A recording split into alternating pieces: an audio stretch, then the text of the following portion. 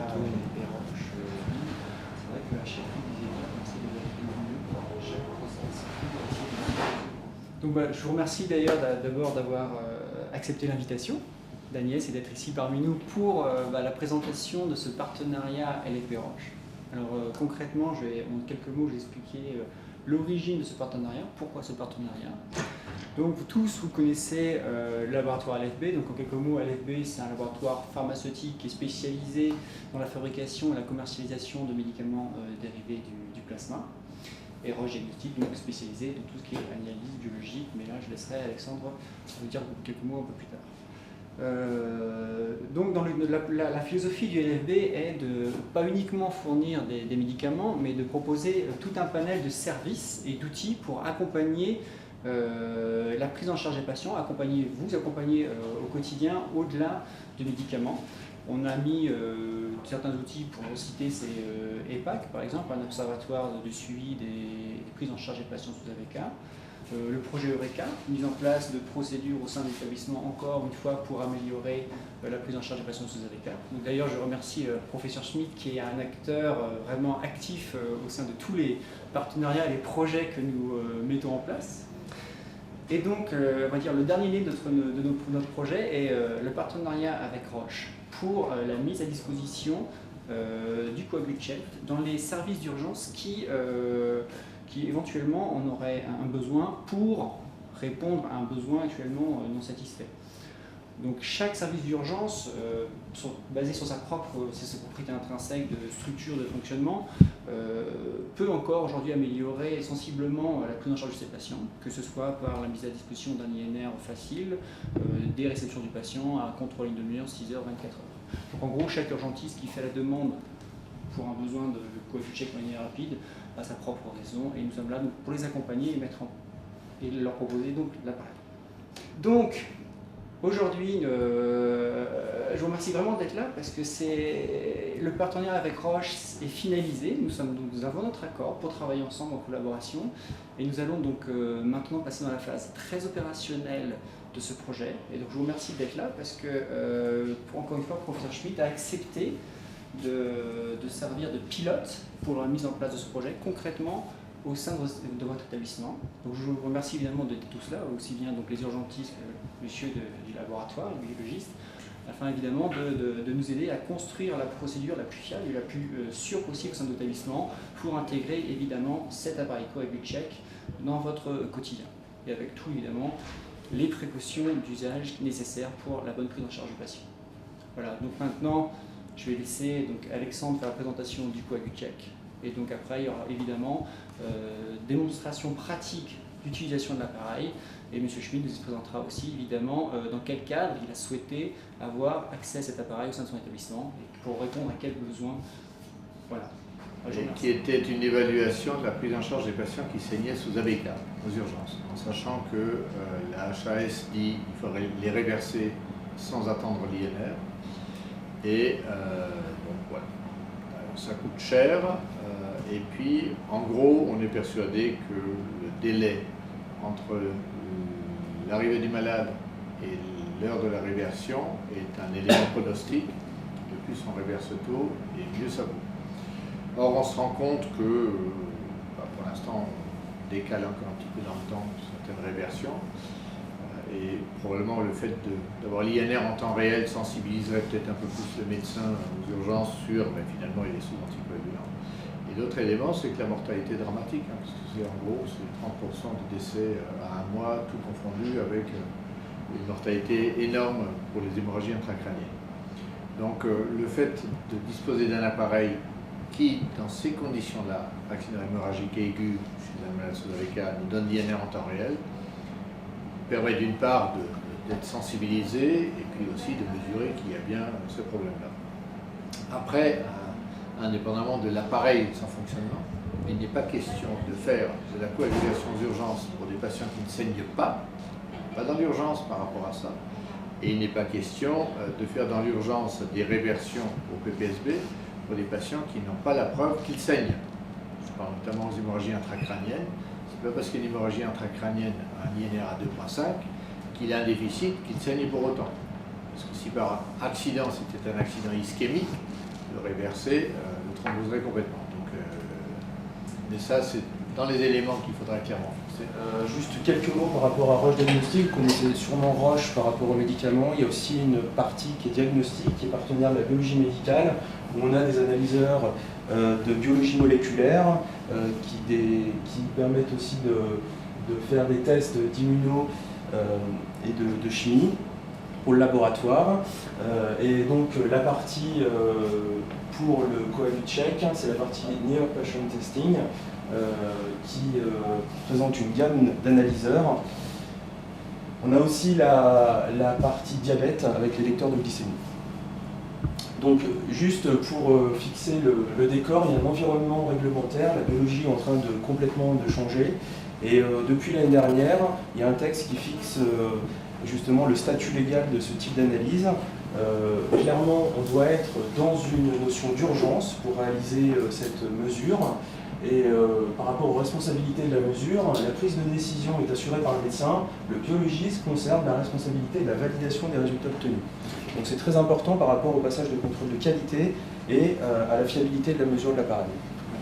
Juste par rapport à ça, tous les patients qui bénéficieront d'un INR ou Coagucheck auront parallèlement le bilan habituel, dont le bilan de coagulation.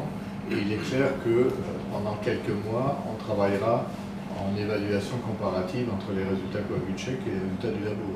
Ça, Ce type de machine, je connais depuis une vingtaine d'années.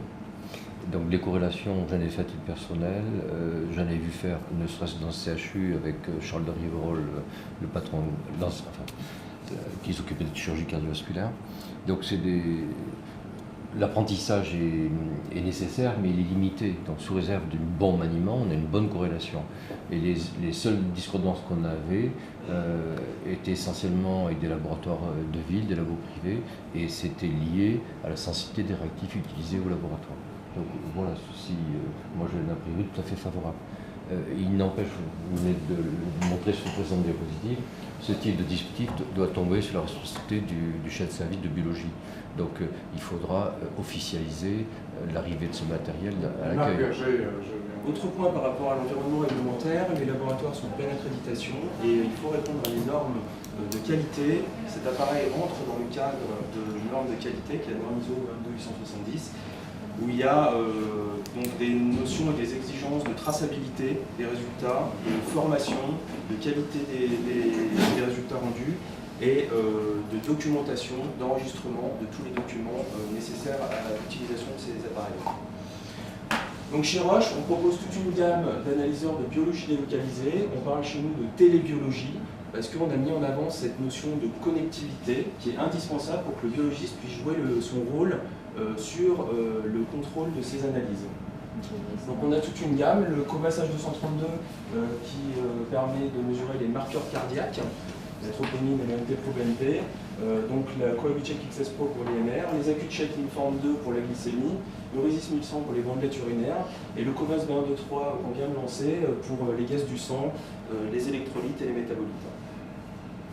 Donc tous ces analyseurs peuvent être connectés au laboratoire et on a un ensemble de services qui permettent justement de gérer, de piloter à distance et notamment aussi des solutions de e-learning qui permettent de s'assurer de la bonne compétence et formation des utilisateurs par rapport à ces analyseurs. Un exemple d'un centre équipé de télébiologie. Donc au laboratoire, on a le Cobas IT1000 qui est notre solution informatique qui permet de centraliser toutes les informations qui viennent des différents services où il y a les différents analyseurs qui sont connectés et qui envoient l'information. D'autre part, un deuxième niveau de connexion, il y a la connexion possible au système informatique hospitalier, ce qui fait que ces résultats peuvent être intégrés dans le dossier médical du patient et on peut du coup suivre et coter ces résultats. Je ne suis là que pour ça, pour la cotation. Donc, Coagucheck XS Pro, c'est un analyseur qui a été recommandé par l'HAS, des recommandations en 2008 qui ont été émises. Et clairement, ce qui est indiqué dans ces recommandations, c'est que si le délai pour obtenir un INR est important, de la 30 à 60 minutes, on peut réaliser un INR par microméthode au lit du patient. Donc ça, clairement, ça rentre dans la pratique et l'amélioration de la prise en charge des patients, surtout pour les problèmes dus aux AVK, vous l'avez rappelé, qui sont vraiment très importants puisque c'est le premier au rang des accidents iatrogènes.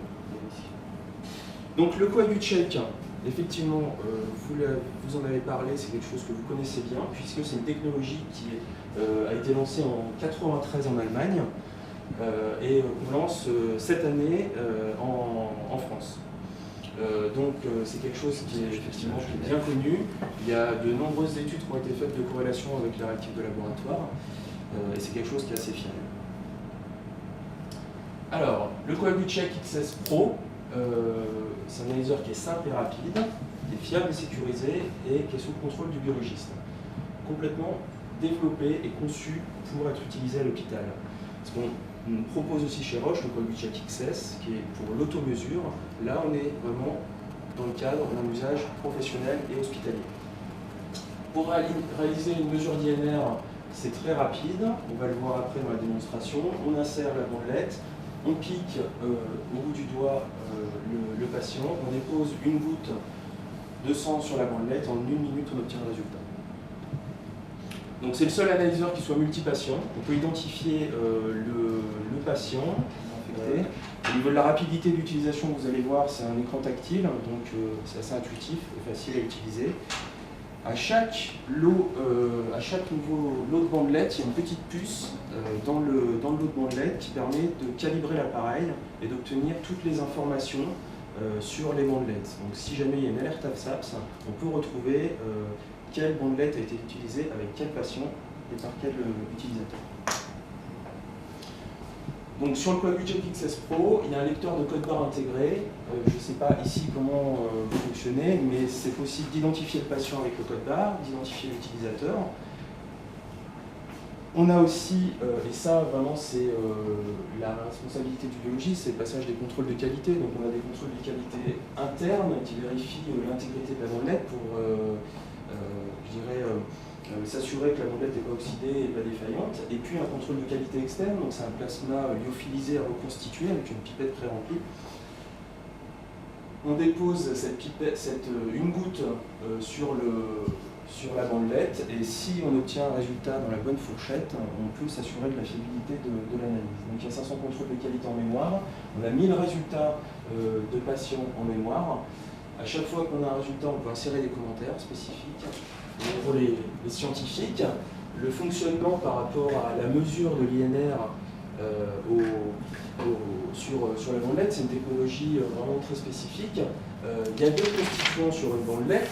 D'une part, un facteur tissulaire humain, donc une thromboplastin humaine recombinante, et d'autre part, le substrat peptidique, qui est le cœur de technologie, l'électrocine TH. Donc quand on va déposer le sang, il y a la thromboplastin qui va activer la cascade de coagulation, il va y avoir émission de thrombine, et cette thrombine va cliver ce substrat peptidique. Donc on va obtenir ces deux molécules, et en fait cette molécule qui est créée, la phénylénazamine, et elle est instable. Et par cette oxydation, il y a émission d'électrons, donc un courant, et on mesure avec 2 électrodes le courant. Ce signal électrique, il est proportionnel au temps de pic. Au niveau des résultats avec le laboratoire, donc, il y a énormément d'études qui ont été publiées. J'en ai amené une ici, donc je pourrais vous la transmettre pour le laboratoire. Et puis vous allez vous rendre compte certainement dans ce pilote, puisqu'il va y avoir la corrélation qui va être faite avec le laboratoire. On a toujours des coefficients de corrélation qui indiquent une précision de l'appareil. La prise d'essai, elle est de 8 microlitres, donc c'est un peu plus important que ce qui est fait sur les glycémies capillaires. Donc il faut vraiment s'assurer que la goutte de sang à déposer, le volume est plus important. Au niveau de la sensibilité à l'héparine, donc la technologie est insensible à l'héparine. Si on a une héparindémique inférieure à 0,8 unités par millilitre ou pour les héparines de bas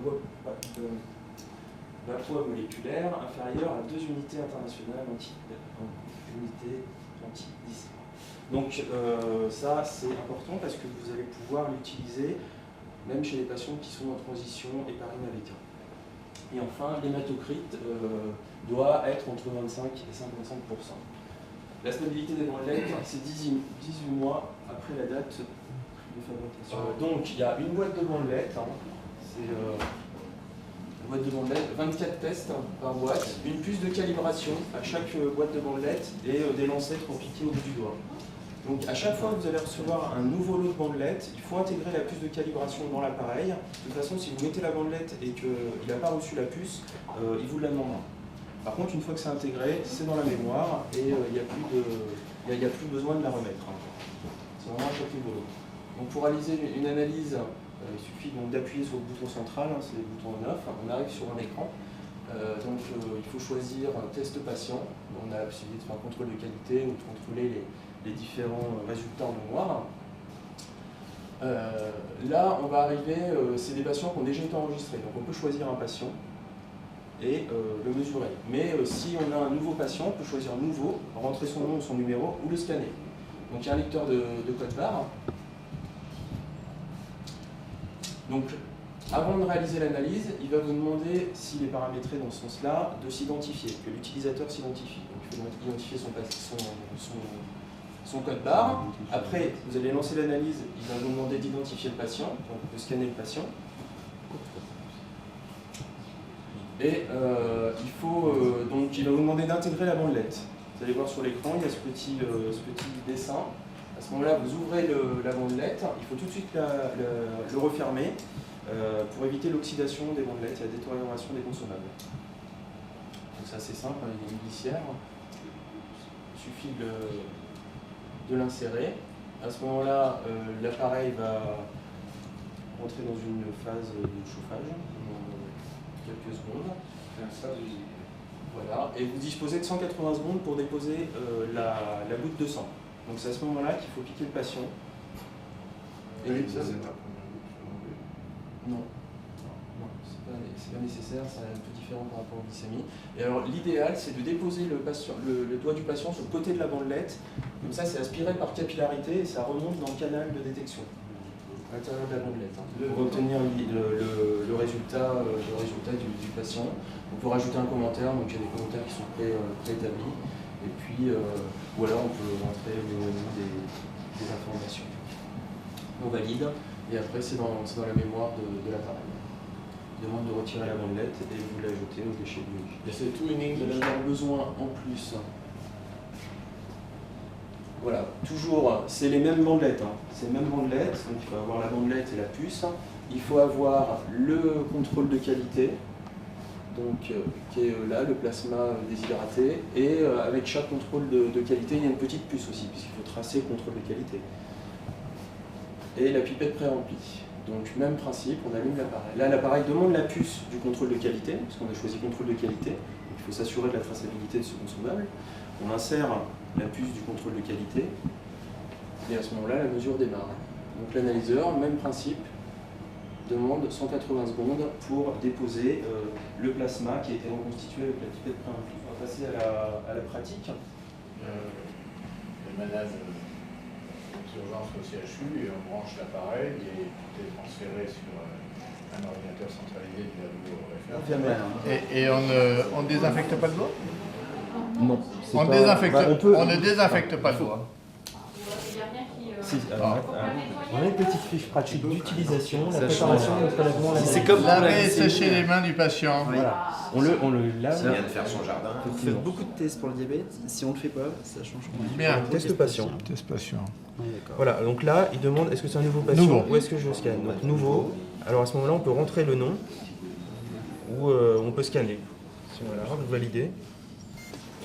Et là, donc, il demande la bandelette. Oula, je mets la bandelette. Donc, vous l'insérez, poussez-la bien au fond. Voilà, il l'a reconnu. là C'est bon, il se lance et là, il y a une phase de chauffe. Et là, Il a tu vas reconnu voir. le code de bandelette. Ah non, toujours à main gauche parce que je suis droitier, moi. Une fois que... Donc là, vous piquez la pulpe du doigt sur le côté. Voilà. Et puis il faut masser, il faut avoir une bonne grosse goutte. Hein. Là, c'est bon. Alors, je vais. Une bonne goutte. Allez-y encore, voilà. Et vous, vous déposez. Si, c'est bon. C'est bon. Ah, mais il y a quand même. Allez, C'est j'allais joli, chercher.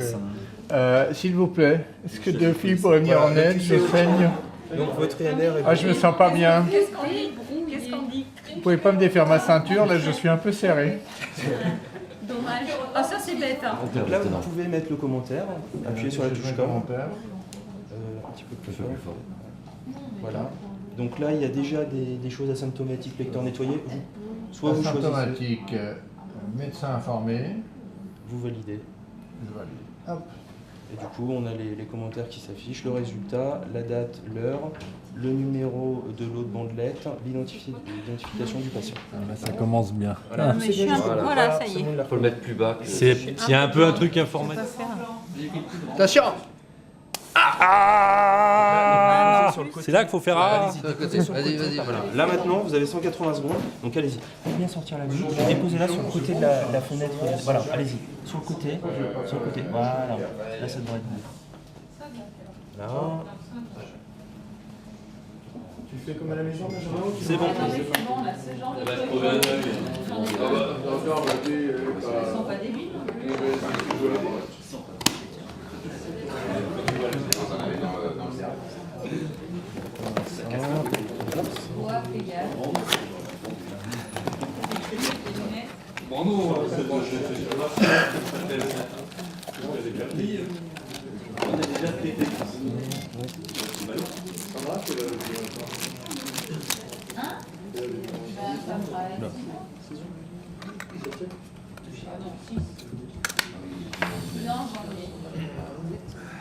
Notre éternelle Claire, c'est la plus jeune, mais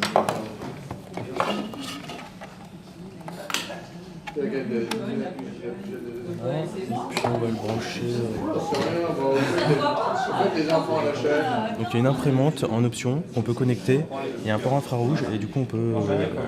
Voilà, si ça peut être intéressant ici ou dans les cas où c'est pas connecté. Si c'est connecté, ça n'a pas d'intérêt puisque en fait dès que tu poses sur la base, ça recharge la batterie et ça transfère l'info au labo. Voilà, puisque tu as les connexions informatiques qui sont là. Donc il y a besoin de le calibrer une fois et même si vous enlevez la puce, les informations qui sont on a la notice et on a. Il y a 4 contrôles de qualité? Oui, lyophilisé. Vous voyez, il y a un petit lyophilisa et il y a des petites pipettes qui sont pré-remplies. Celle-là, on la coupe, on le met dedans. On coupe le beau, on met dedans, on dilue, on repipette et on dépose sur la bandelette. D'accord, on le met sur le côté, on met là. Et ça l'aspire tout seul. D'accord. Tu ne prends pas la bonne bandelette avec le bon machin, il le dit et il te fera pas.